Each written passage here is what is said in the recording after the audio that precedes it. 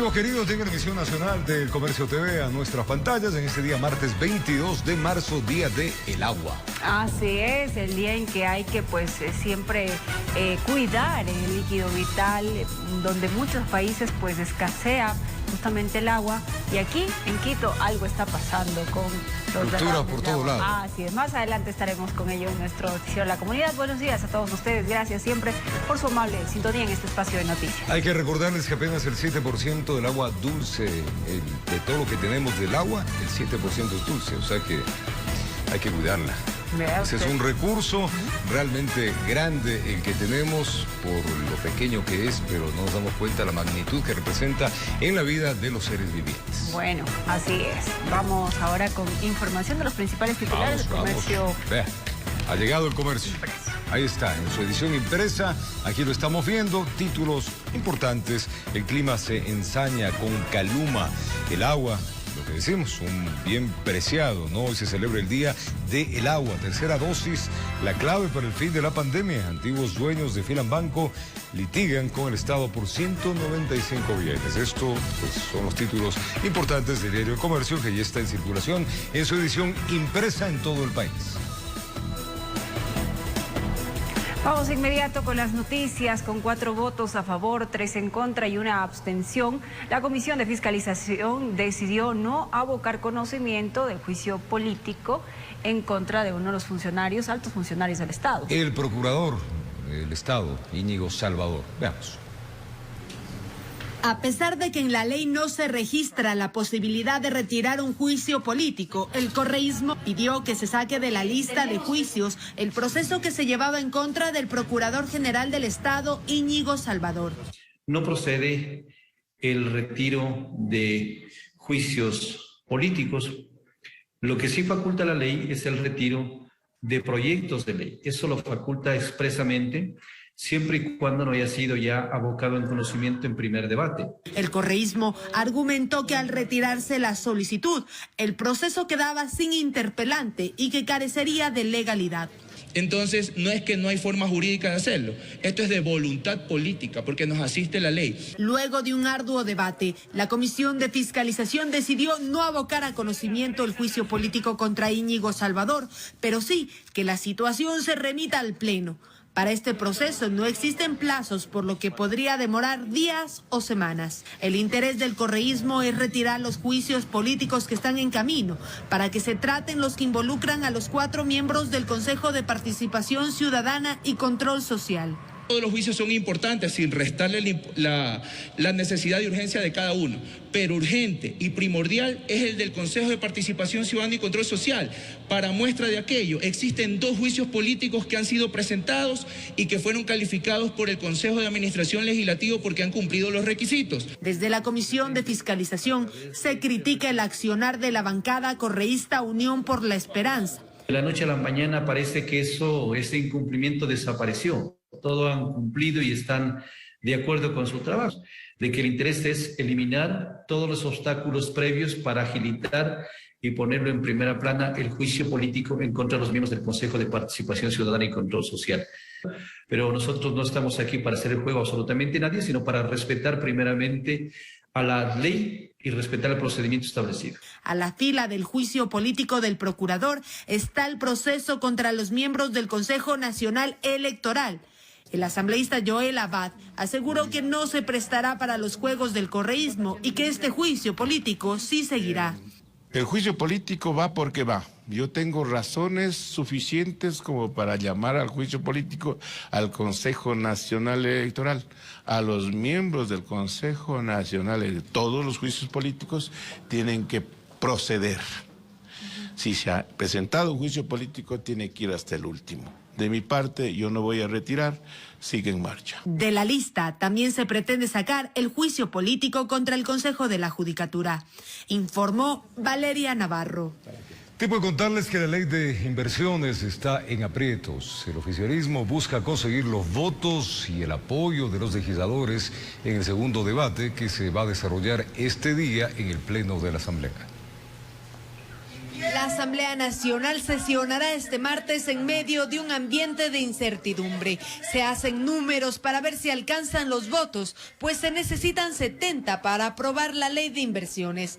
Al momento, quienes han dado su respaldo a la ley es la bancada oficialista y el Partido Social Cristiano. Entre los dos suman 40 votos, pero les faltan 30. Una ley que es bastante buena para el país, donde vamos a obtener 30.000 millones de dólares en inversión. Las observaciones de la ley fueron acogidas en el informe para segundo debate y en ese sentido nosotros respaldamos el texto. Por otro lado, a Izquierda Democrática no le convence de todo la ley. No nos sumamos a respaldar esta ley. Nos preocupa muchísimo que este proyecto no va a apoyar justamente la creación de empleos y tampoco las inversiones van a ir enfocadas en beneficio del país. Izquierda Democrática propone que para dar su respaldo se eliminen ciertos artículos. Hablemos de temas bursátil, extrabursátil, hablemos de posibilidades de la banca de ampliar su banda de acción en cuanto se refiere a inversiones que pueden hacer dentro del país,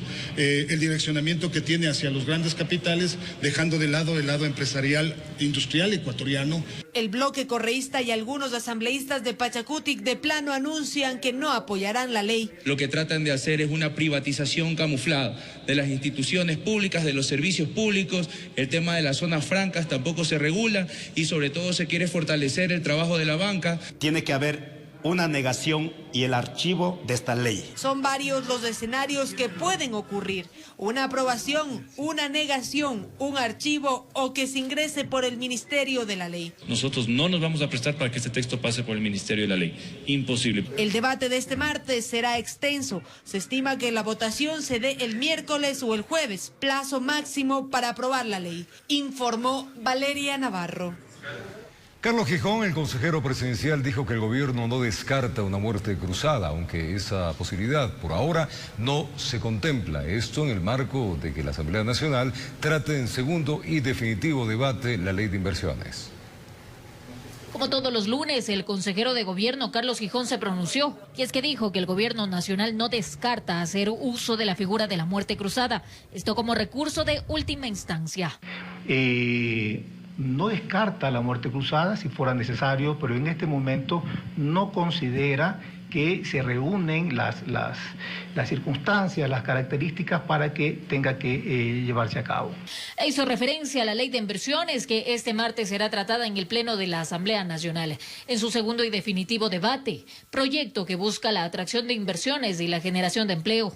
El consejero presidencial criticó aquellas voces de las bancadas, quienes podrían decirle no al proyecto. El gobierno cree que algo tan simple como decir a los ecuatorianos estamos proponiendo una ley para crear más empleo, es difícil entender cómo alguien puede negarse. El que se niega tendrá que responder ante la historia. La Asamblea tiene hasta los próximos días para pronunciarse sobre el texto del Ejecutivo, que pretende atraer 30.000 millones de inversiones, con alianzas público-privadas y la creación de zonas francas. Informó Marilyn Jaramillo. Y la falla de tipeo en el listado de las amnistías otorgadas por la Asamblea Nacional se sumaría a que se pretende cambiar el número de causas o la incorporación en la resolución de casos que no se trataron en la votación. Así lo denunció el colectivo ciudadano que demanda su inconstitucionalidad. Aparentemente, nuevamente la Asamblea Nacional hace méritos para que todos le caigan encima. Esta vez por fallas en el listado de quienes se beneficiaron con las amnistías. Errores de forma o errores de tipeo en nada cambian la decisión que tomó la Asamblea de conceder las amnistías. Así, en el legislativo se justifica esa falta, que se habría registrado en 44 amnistías de las 268 otorgadas, algo que se quiere subsanar con una fe de erratas. Están los nombres, las relaciones circunstanciadas de los hechos, del número de causa, que están clara y precisamente que se refiere a una persona con sus dos nombres y sus dos apellidos.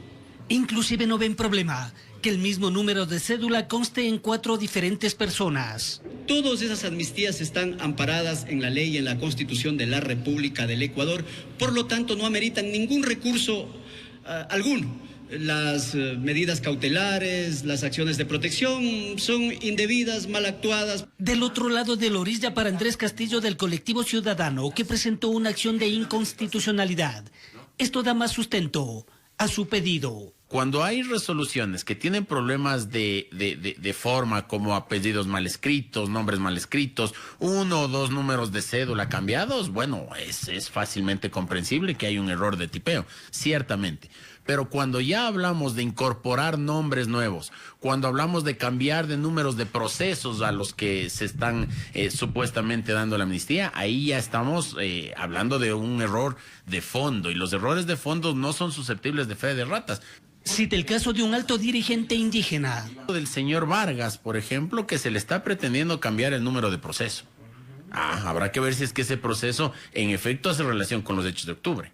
Y adicionalmente, hay 2 casos que se está queriendo incorporar en la resolución, es decir, que no se votaron por el Pleno de la Asamblea. Con todo esto sería la Corte Constitucional quien tiene la última palabra, cuyo proceso está en manos del presidente Alí Lozada, quien deberá calificar o no la admisión de la causa, informó Héctor Romero.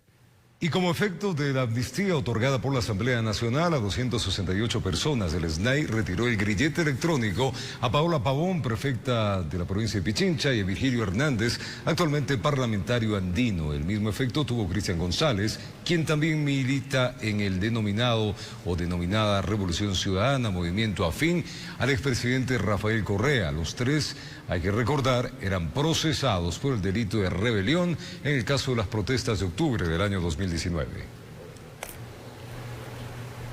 Y el Ministerio de Salud Pública intervino la maternidad Matilde Hidalgo de Procel, ubicada en el sur de Guayaquil, por denuncias de cobros de hasta $160 por asignación de camas a embarazadas que llegaban con dolores de parto. La autoridad indicó que hay 4 sospechosos.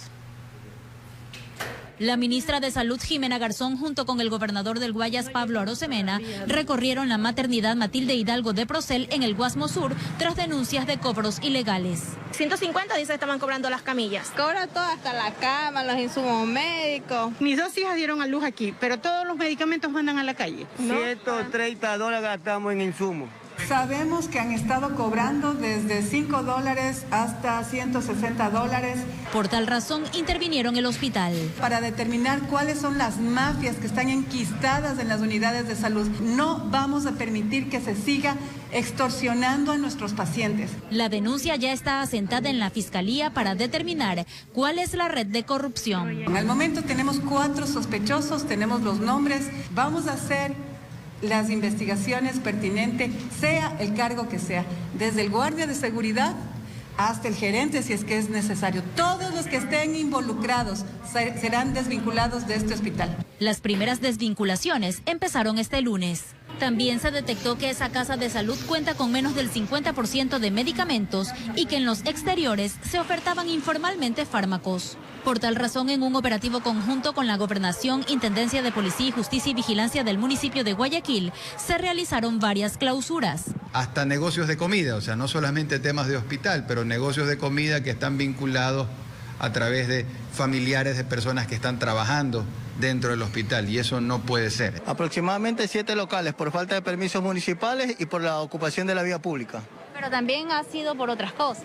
Efectivamente, un bazar, el cual se encontró que está vendiendo medicamentos. La ministra de Salud informó que desde hace varios meses implementaron un sistema de investigación en varias unidades médicas del país.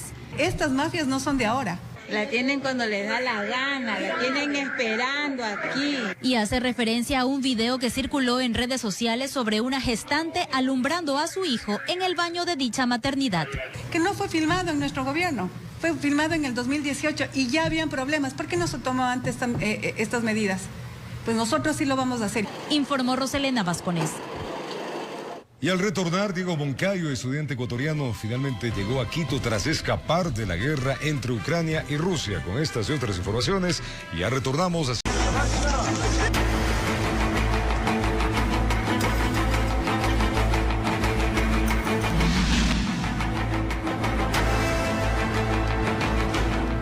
Las ofensivas perpetradas por Rusia y Ucrania, amigos, no cesan. El más reciente ocurrió en la capital Kiev. Aquí un ataque con cohetes en un centro comercial deja 8 personas fallecidas y según las autoridades hasta el momento 10 millones de habitantes han huido de sus hogares en Ucrania. Este es el momento exacto en que un proyectil ruso impacta un centro comercial en el noreste de Kiev, capital ucraniana. Ya posterior al hecho, un incendio de gran magnitud. Incendio que destruyó por completo esta edificación. Como saldo, 8 personas fallecieron. Al lugar llegaron decenas de bomberos quienes tuvieron que esquivar disparos de fuerzas rusas para salvar a las víctimas. El ejército del Kremlin afirmó que el bombardeo fue ocasionado en este lugar porque era utilizado como almacén de armamento y munición. Es difícil hablar para mí, porque mi hija solía trabajar aquí, estaba en el trabajo ayer, y eso sucedió ayer por la noche. Por eso el alcalde de Kiev anunció un nuevo toque de queda en la capital. El toque de queda en Kiev se fortalecerá nuevamente. Comenzará hoy a las 8 de la noche y se prolongará hasta las 7 de la mañana del 23 de marzo, es decir, hasta el miércoles. Comercios, farmacias, gasolineras e instituciones no funcionarán. Eso sumado a que alrededor de 800 kilómetros de la capital, en la ciudad portuaria de Mariupol, más de 300.000 personas están atrapadas sin agua y sin electricidad. En medio de este panorama, el mandato militar ruso hizo esta clara advertencia. Hacemos un llamado a las autoridades oficiales de Kiev para que sean razonables y cancelen las instrucciones dadas anteriormente, que obligaron a los militares a sacrificarse y convertirse, entre comillas, en mártires de Mariupol. Además, insistimos en una respuesta oficial por escrito de la parte ucraniana. Pero Ucrania rechazó este ultimátum ruso y se niega a entregar la asediada ciudad de Mariupol. Rusia está cometiendo un verdadero acto de genocidio contra la ciudad ucraniana de Mariupol. Mientras tanto, en las últimas horas, el presidente Volodymyr Zelensky dijo a una cadena internacional que está listo para negociar con su par ruso Vladimir Putin, aclarando que sin negociaciones no se podrá terminar con esta guerra. Informó Ismenia Solórzano.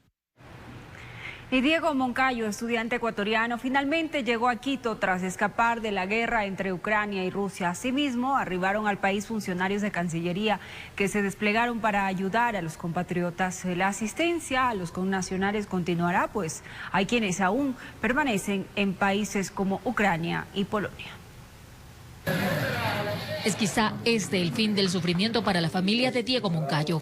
Y es que al aeropuerto Mariscal Sucre de Quito arribó un avión que trajo consigo al compatriota, quien estuvo en Shotska, límite entre Ucrania y Rusia, tratando de escapar de la guerra, y que finalmente lo hizo a través de un corredor humanitario. Unos 2 días de ya haber salido empezaron ya los bombardeos más críticos, incluso se reportaron ya muertos que fueron aplastados por los edificios que eran bombardeados. Él relató los duros momentos que le tocó vivir para poder llegar hasta Polonia. Tuve un poco de inconvenientes con los soldados, me amenazaban un poco, incluso eran un poco intimidantes conmigo, me mostraban sus pistolas, me mostraban sus armas, pensaban que yo era un separatista. En este viaje 3 funcionarios de la misión diplomática regresaron al país. Diego Moncayo fue el único estudiante en el vuelo. En el encuentro estuvieron sus padres, quienes pese a las dificultades del conflicto nunca perdieron la fe. Solo queremos darles un Dios le pague gracias. El viceministro de Movilidad Humana, Luis Vallas, aclaró que aún hay ecuatorianos que no han vuelto. 14 están en Polonia. Tenemos el caso de familias mixtas, ecuatorianos con cónyuge ucraniana, niños, 2 de ellos tienen niños, tenemos una pareja que están esperando un bebé también, son casos vulnerables, por supuesto, y que, como digo, se analizará caso por caso para el regreso al Ecuador. Y menciona además que unos 7 estudiantes aún permanecen en Ucrania. No todos ellos piensan salir de Ucrania, están en movimiento sí en Ucrania. Tenemos el trabajo con la Cruz Roja para saber por dónde pueden movilizarse, conocer los corredores, si es que se necesita corredores humanitarios. Se sabe, según información de la Cancillería, que unos 657 connacionales han regresado al país a través de los diferentes vuelos humanitarios. Informó Marilyn Jaramillo. Y contarles ahora que más de 160 millones de dólares perdería el sector florícola ecuatoriano por el conflicto bélico. Adicionalmente, no se ha podido enviar por semana 180.000 cajas de banano al mercado ruso, 2 sectores que sienten el impacto de la guerra.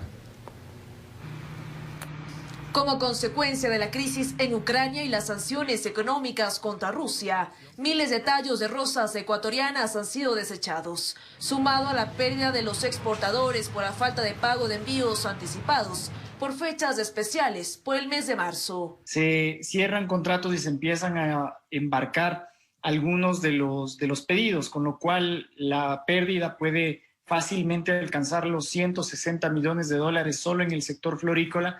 Rusia es el tercer destino de las rosas ecuatorianas, luego de Estados Unidos y la Unión Europea. Según FedExport, se puede esperar una caída del 50% en las ventas. Una parte de las exportaciones no puede ser desviada a otros mercados y tampoco es una alternativa el mercado nacional. El mercado local ecuatoriano no tiene la capacidad por su propia escala de absorber toda esa cantidad de flor. Además, no tenemos en este momento a la vista un nuevo periodo pico, como sí sucede en el caso de Rusia o a nivel global con el Día de la Madre. El panorama es complicado también para el sector exportador de banano. Desde que comenzó la crisis no se han podido enviar por semana cerca de 180,000 cajas al mercado ruso. Esto equivale, como decía, alrededor de 10 a 15 millones de dólares por semana al mercado ruso. Entendiendo además que en el caso del mercado ucraniano, dadas las propias circunstancias, el mercado está completamente cerrado. Cerca de 500 empresas ecuatorianas serían las afectadas por el conflicto bélico. Este sector ha tenido varios acercamientos con el gobierno para una posible devolución de impuestos. Que bajo el principio de no exportar, estos impuestos deberían ser devueltos a las empresas exportadoras. Lo que resta en este momento es que el presidente, a través de un decreto ejecutivo, lo pueda implementar. Informó Priscila Cadena. Y la virtualidad se ha incrementado de forma significativa en el Ecuador y a pesar de que casi todos los sectores productivos recuperaron el 100% de aforo, muchas empresas prefieren mantener el teletrabajo. ¿A qué se debe esta decisión? Pues se lo contamos a continuación. La pandemia trasladó a millones de ecuatorianos hacia la virtualidad. Durante 2 años el teletrabajo se abrió nuevos campos y también transformó el modelo de producir en el país. Esto es un romper un paradigma que se tenía sobre cómo se debe trabajar.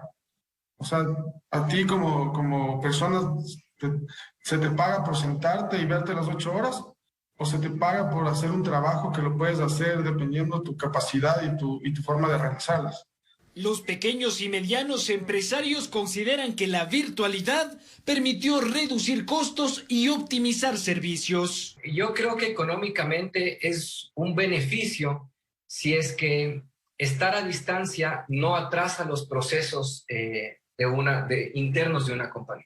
La Cámara de Comercio de Quito asegura que la virtualidad debe garantizar las condiciones de trabajo de los empleados. Hay empresas que están subsidiando una parte del pago del Internet. Hay empresas que han actualizado sus sistemas computacionales, probablemente con laptop. Sin embargo, también hay sectores que requieren de la presencialidad y rechazan prolongar las restricciones. Me dedico al tema de la construcción. Entonces mi trabajo es en obra y para supervisar el avance de los trabajos es indispensable que lo maneje presencial. Antes de la pandemia en Quito existían 19,000 contratos anclados a la virtualidad. Y en este 2022 ya se contabilizan más de 450,000 empleos que se desarrollan desde plataformas digitales. Informó Álvaro Terán. Y el Ecuador fue seleccionado por el Banco Interamericano de Desarrollo para la implementación del proyecto WET 34 que busca el fortalecimiento empresarial de negocios liderados por mujeres. La cita, para quienes estén interesadas, es el próximo 24 de marzo en la Cámara de Comercio de Quito. Ecuador ha sido uno de los países seleccionados para la implementación del proyecto WET 38, aspirar a activar y acelerar. El objetivo es instruir a mujeres emprendedoras que tienen la idea de un proyecto o que ya son dueñas de sus microempresas para que den impulso a sus negocios. Ecuador ha sido seleccionado, entre otros países de la región, por el Banco Interamericano de Desarrollo para la implementación de este proyecto WET 38, para el impulso de los negocios que están liderados por el género femenino. WITRI-A será aplicado en Guatemala, Honduras, Ecuador, Costa Rica, El Salvador y Guyana. El proyecto va a ser ejecutado en el país por la Escuela de Negocios de la Cámara de Comercio de Quito, en coordinación con la Escuela de Administración Global Vanderbilt de la Universidad de Arizona State. Las capacitaciones generarán el fortalecimiento de empresarias en cadenas productivas. Bajo este componente de Aspirar queremos alcanzar a todas esas mujeres que han tenido la idea de una empresa o que quieren comenzar un negocio, y nosotros les vamos a proveer las herramientas para dar ese primer paso. A través de la plataforma virtual, todas las mujeres del país que deseen iniciar su nuevo negocio o capacitarse para mejorar su empresa podrán acceder a cursos y beneficios de inversión. Y es una plataforma que ayuda a las empresarias a crear su plan de negocio, aprender cómo financiarlo y cómo acceder a cadenas productivas. Básicamente lo que buscamos es, a través de la formación, que se tengan todos estos pilares para luego buscar también el acceso a financiamiento. Quienes ya han tenido la oportunidad de capacitarse y ahora tienen unos negocios prósperos nos explican los beneficios de este proyecto. Desde el día 1 fuimos mujeres capacitadas con estos programas tecnológicos de Estados Unidos, que no solo nos transformó como mujeres en negocios, sino también nos ayudó a encontrar la sororidad. Pertenecí al plan piloto y lo que puedo decir es que allí yo conocí mujeres realmente maravillosas que me mostraron que yo sola voy rápido, pero que juntas vamos a llegar muy lejos. La capacitación, que tendrá una duración aproximada de 14 semanas, incluirá una certificación. La cita para todas las mujeres que estén interesadas en emprender o mejorar su negocio es el próximo 24 de marzo a las 9 horas en el auditorio del edificio de las cámaras o de manera virtual a través de la plataforma de la Cámara de Comercio de Quito. Informó Sara Naranjo. Y se llevó a cabo el lanzamiento de la campaña mundial Global Money Week 2022 o Semana Mundial del Dinero, que se desarrollará en Ecuador del 21 al 27 de marzo. Esta contó con la participación de autoridades de la Superintendencia de Economía Popular y Solidaria, el Ministerio de Educación, así como entidades financieras populares y solidarias. Este es el segundo año consecutivo. La Superintendencia coordina en el país esta campaña, cuyo objetivo es concienciar sobre la importancia de garantizar que todos los niños y jóvenes tengan acceso a una educación financiera de alta calidad. Y este 22 de marzo, amigos, es el Día Mundial del Agua, y para conmemorar, las autoridades municipales hacen un llamado a la ciudadanía en crear conciencia en el uso responsable del líquido vital y refrendar el compromiso de cuidar los recursos naturales. Si bien el consumo de agua en la capital en los últimos 15 años ha ido disminuyendo de los 25 metros cúbicos por conexión a alrededor de 19 metros cúbicos por conexión y por mes, fomentar el uso adecuado y responsable del agua es un deber que día a día incentivan las autoridades. Para ello, pues la empresa se encarga del cuidado del agua en todo el ciclo, desde su captación, potabilización, conducción hasta el domicilio de los ciudadanos, pues y luego la recolección y posterior tratamiento. En la ciudad, la empresa de agua de Quito es una de las entidades abanderadas en el cuidado de este recurso natural, y como muestra de su compromiso, actualmente la EMAPS está en ejecución de un megaproyecto de agua potable que brindará por los próximos 20 a 30 años el servicio a las parroquias rurales de Quito de una manera técnica y adecuada en beneficio de la ciudadanía. EMAPS no solo se preocupa de las inversiones, de las obras, de los proyectos, sino también de conservar las cuencas, ¿no? Por más de 20 años en el cuidado de las fuentes de agua. Asimismo, pues en el año 2011-2012, la empresa adquirió casi 15.000 hectáreas de páramos, justamente para asegurar el abastecimiento futuro del servicio a la ciudad, ¿no? La conservación y protección de los páramos y humedales es otra de las tareas esenciales de las autoridades. En este sentido, la empresa eléctrica de Quito ha enfatizado en el cuidado del agua como recurso indispensable para proteger la generación de energía eléctrica en la capital. El compromiso con los ríos y el agua también es importante para seguir garantizando el suministro eléctrico. Sumémonos a la iniciativa y cuidemos el ambiente. Cada 22 de marzo se conmemora el Día Mundial del Agua, como un llamado a todos los habitantes de este planeta para garantizar el buen uso de los recursos que la Madre Tierra nos proporciona. Informó Mauricio Sánchez. Momento de irnos a una pausa, pero al regresar, Gracias por acompañarnos en este día martes. Vamos con Adriana Rojas, ella está en el Centro Histórico de Quito. Es el segundo día que el gremio de taxistas realiza un plantón. Justamente ellos solicitan retiro de las plataformas a través de las aplicaciones y también, claro, que se les exima evidentemente del famoso pico y placa. Adriana, ¿estás con ellos? Adelante, por favor. Roberto, amigos televidentes, muy buenos días. Así es el segundo día consecutivo de este plantón que realizan las diferentes cooperativas de transporte de taxis aquí en la capital. Ellos siguen exigiendo que el alcalde Santiago Guarderas los reciba para hacer sus peticiones. Las dos principales es que sean exonerados del pico y placa y también que haya mayor control al taxismo informal. El día de ayer se vivió una larga jornada, por ello nosotros les hemos preparado el siguiente informe.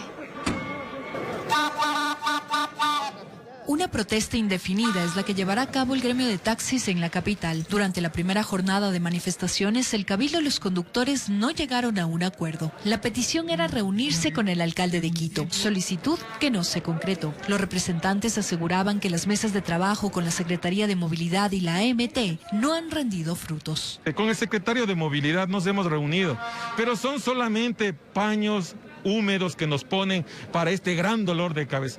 Queremos que el señor alcalde, como administrador, dicte una hoja de ruta. Mientras el secretario de Movilidad enfatizó que la reunión con el burgomaestre estaba programada para esta semana y la convocatoria la conocían los choferes. El señor alcalde fue muy claro de que quería reunirse o puede reunirse el día jueves de acuerdo a su agenda, pero también obviamente con trabajo previo, ¿no? La principal exigencia de los taxistas es que se regularice a aquellos que utilizan vehículos privados en los servicios de plataformas digitales. La ley es clara cuando dice que las aplicaciones digitales pueden trabajar, pero con vehículos que tengan títulos habilitantes. Además esperan ser exonerados de la restricción vehicular pico y placa, ante lo cual las autoridades municipales fueron claras. Vemos ahora poco en estas últimas semanas que con el incremento de las actividades relacionadas con educación ha aumentado el congestionamiento en diferentes vías, calculando que aproximadamente son entre 20.000 a 30.000 unidades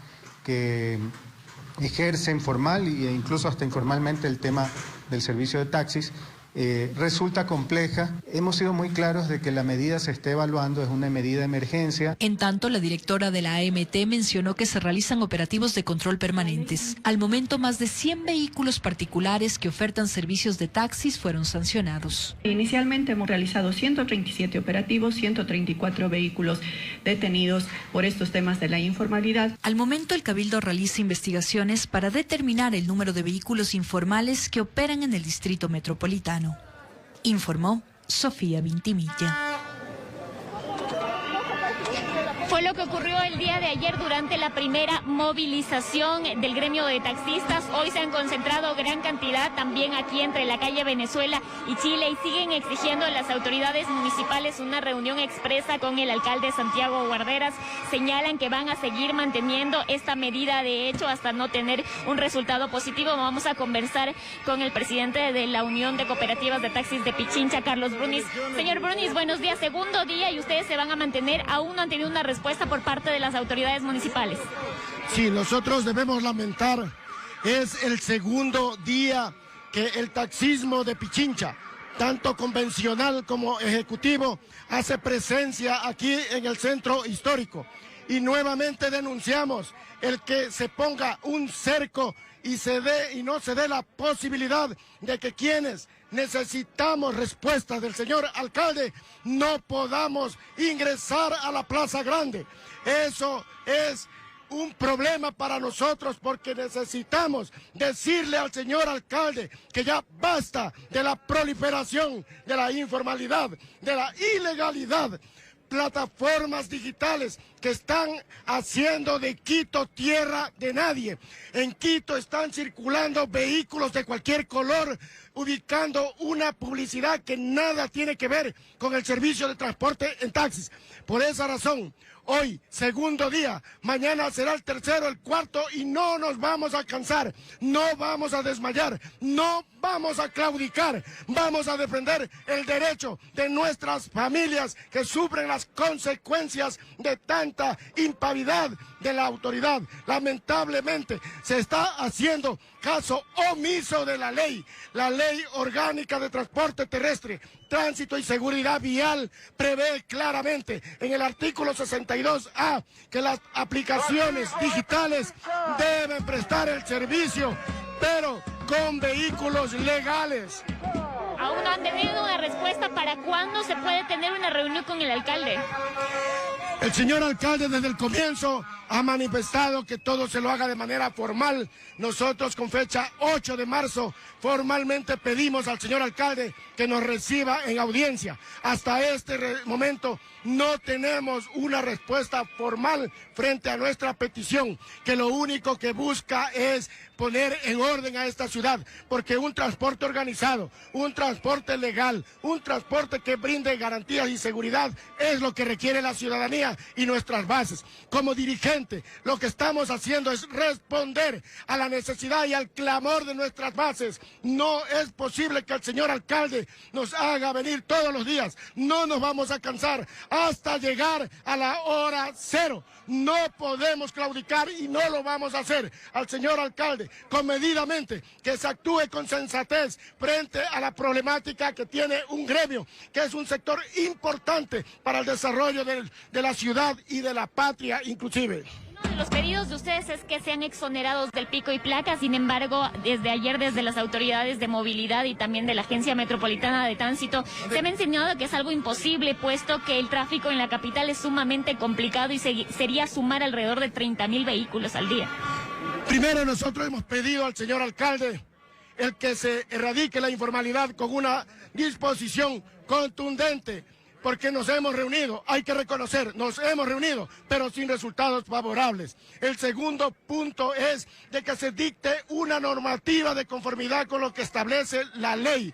Los municipios tienen que establecer una normativa mediante la cual las aplicaciones digitales puedan brindar el servicio, pero con vehículos que tengan títulos habilitantes. No pueden hacerlo con vehículos particulares.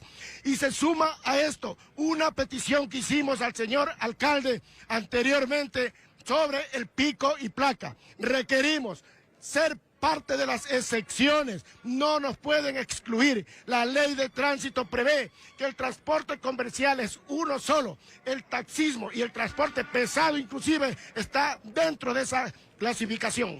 Muchísimas gracias, señor Brunis. Así es, la protesta del gremio de taxistas continuará, como ya lo ha dicho, hasta que las autoridades municipales, sobre todo el alcalde Santiago Guarderas, los reciba personalmente para llegar a un acuerdo en torno a sus peticiones. Recordar que todas las calles aledañas a la Plaza Grande están completamente cerradas, no hay tránsito vehicular, así que tomar las avenidas alternas, que sería la Pichincha y también la Mariscal Sucre. Robert, con este informe regresamos a estudios.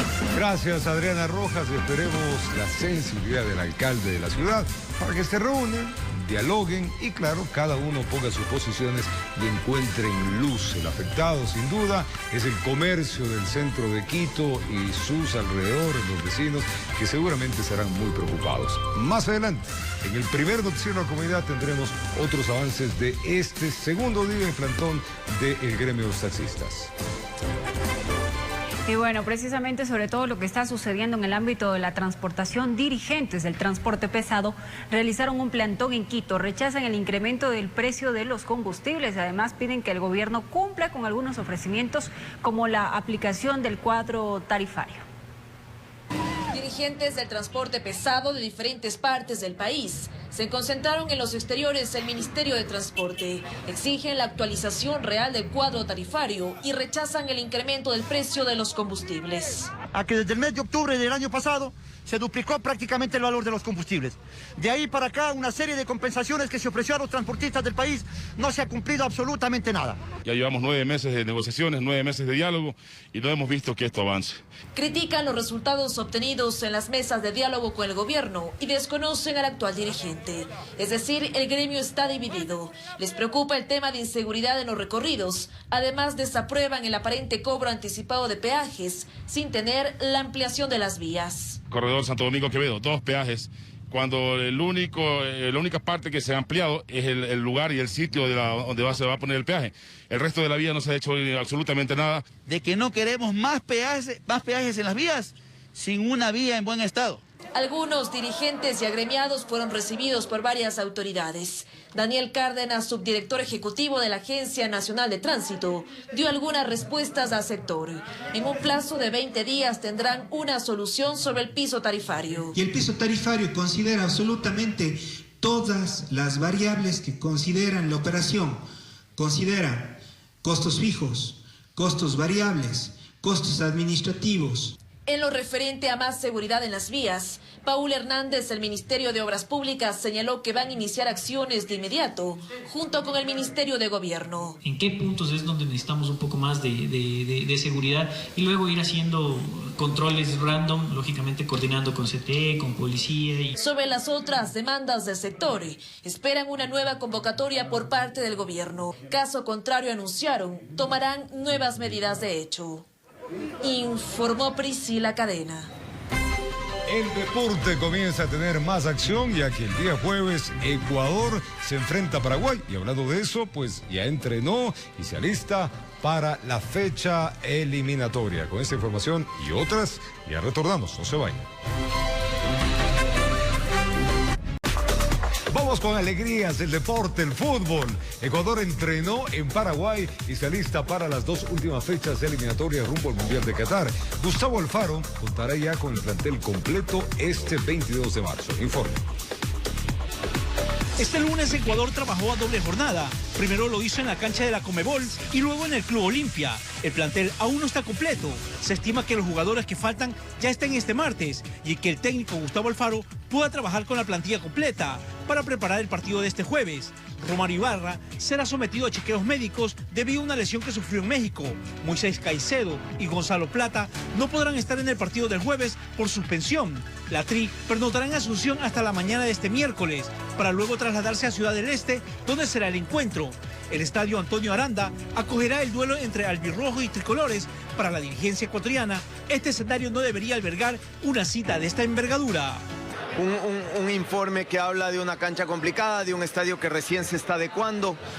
No estuvimos muy de acuerdo en que la Conmebol o la FIFA, que es realmente quien aprueba los escenarios, designe ese estadio, porque creemos que desde la logística, pasando por la cancha, por la estructura del estadio, es complicado para albergar un partido de esta magnitud. Finalmente se va a jugar ahí, nosotros tenemos que asumirlo, pero bueno. Estamos listos para lo que sea. La selección paraguaya entrena con plantel completo, realizando trabajo táctico, pese a saber que no consiguieron el objetivo de clasificar. Buscarán tener un buen resultado. Para el técnico Guillermo Barros Esqueloto, este encuentro frente a Ecuador arranca el cambio de la selección paraguaya con la mentalidad en los nuevos objetivos. Vamos a plantarnos a jugar contra Ecuador y contra Perú, a ganarles. Vamos a tratar de tener un plan para poder llevar adelante y empezar a construir a partir de estos 2 partidos, que son los últimos 2 partidos de eliminatoria, empezar a construir y desarrollar jugadores para tener una selección firme, fuerte, que tenga 2 objetivos principales, que son la Copa América 24 y el Mundial del 26. Los árbitros para el encuentro serán de nacionalidad venezolana. Jesús Valenzuela será el central. Lo acompañarán Jorge Urrego, Julio Moreno y José Argote. El VAR será manejado por Rodolfo Toki y Brausilio Machado, ambos de Brasil, informó Antonio Reyes. Es momento de revisar lo que está sucediendo en el mundo. Tras varias denuncias de inconsistencias en los escrutinios para senadores de Colombia, la máxima autoridad electoral ordenó un recuento de votos a fin de transparentar los resultados oficiales. En la siguiente nota le contamos más detalles de este proceso en el vecino país del norte. En Colombia resuenan las voces de fraude. Varios partidos políticos cuestionaron la idoneidad de los comicios del pasado 13 de marzo, donde se eligieron a los senadores de la República. Ante ello, el registrador de la Nación ordenó un recuento de las urnas que presentan inconsistencias. hemos tomado la decisión el día de hoy, de acuerdo al sinnúmero de inconsistencias en los formularios C14 de Senado y para tranquilidad del país, como registrador nacional solicitaré el día de mañana nuevamente el recuento de todas las mesas de Senado de la República. El exguerrillero y candidato favorito para llevarse las elecciones presidenciales, Gustavo Petro, denunció que en el conteo previo no se tomaron en cuenta más de 500.000 votos que le permitirán ampliar su presencia en el Senado. El exmandatario Álvaro Uribe también cuestionó los comicios y denunció un supuesto fraude que trataría de beneficiar a la izquierda. El derechista llamó a sus partidarios a desconocer los resultados y exigir unas nuevas elecciones. Las veedurías internacionales, por su parte, indicaron que las capacitaciones a las juntas receptoras del voto fueron insuficientes y exhortaron a las autoridades a corregir los errores de cara a los comicios presidenciales del próximo 29 de mayo. Informó Álvaro Terán. Mujeres y laicos podrán ocupar altos cargos administrativos en el Vaticano, según la gran reforma impulsada por la Iglesia. Hasta ahora, los puestos ministeriales estaban reservados a los varones del clero. La nueva constitución apostólica ha sido propuesta por el Papa Francisco, quien aseguró que hombres y mujeres pueden desarrollar por igual todo tipo de actividades. Esta nueva Carta Magna busca incluir a sectores tradicionalmente marginados por el catolicismo. Y un avión comercial que se trasladaba desde las ciudades de Kunming a Cantón, en China, se estrelló con 132 personas a bordo. La compañía confirmó las muertes y expresó su pesar por tan incalculable pérdida. Esta es la mayor tragedia aérea en 12 años.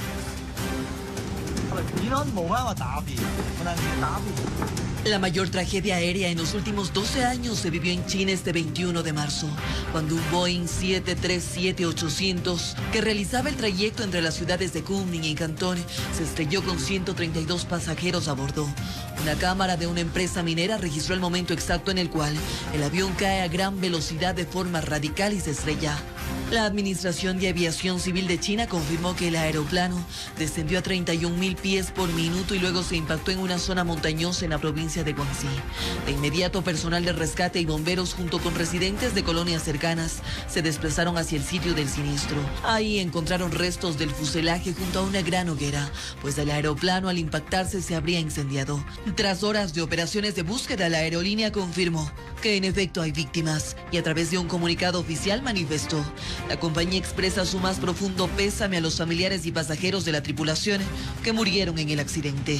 Por su parte, el primer ministro de la nación, Xi Jinping, anunció una investigación para determinar las causas del siniestro y la Junta Nacional de Seguridad y Transporte ya designó a un investigador en seguridad aérea. Con la realización de Paola Castillo, informó Ismenia Solórzano. Hong Kong y China atraviesan rebrotes de casos COVID-19 provocados por la variante Omicron. A pesar de ello, relajan ciertas medidas restrictivas al asegurar tener control de la situación, mientras que en países como Reino Unido y El Salvador ya se aplica una cuarta dosis de refuerzo contra el virus. Hong Kong, quien asegura haber superado la última oleada de contagios por COVID-19 que dejó hasta 50 casos positivos diarios en febrero, decidió relajar ciertas medidas contra la pandemia. Entre ellas se encuentran la prohibición de ingreso a turistas procedentes específicamente de 9 países y la eliminación de la cuarentena al arribar al territorio para viajeros vacunados. Además, se permitirá la reapertura de gimnasios, museos y escuelas. Esta prohibición ya no es necesaria porque la situación pactada en otros países no es peor que en Hong Kong.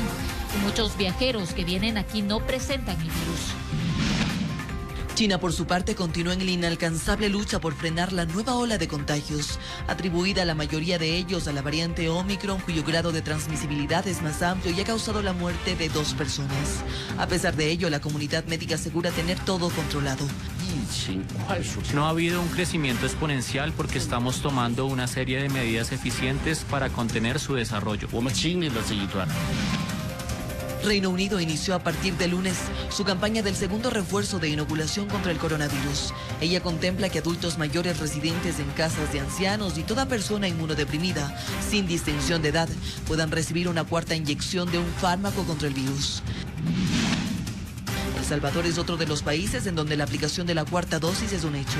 En el país centroamericano, la totalidad de la población tiene derecho a recibirla tras 90 días de la tercera inoculación. Noticia recibida con gran aceptación por parte de los habitantes, que empezaron a acudir a los distintos vacunatorios. Si tenemos la oportunidad de ser vacunados cuantas veces sea necesario para tener una protección para este virus, pues es necesario hacerlo. Con la realización de Paola Castillo, informó Ismenia Solórzano.